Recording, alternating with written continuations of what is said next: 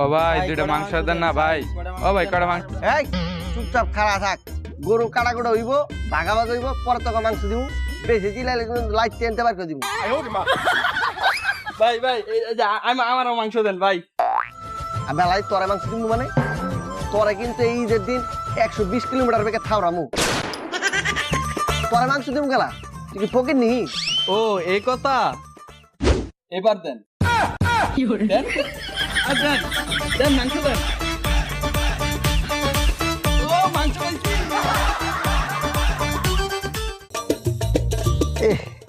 গরু কমাইতে একটা হাঁপাই গেছি গা।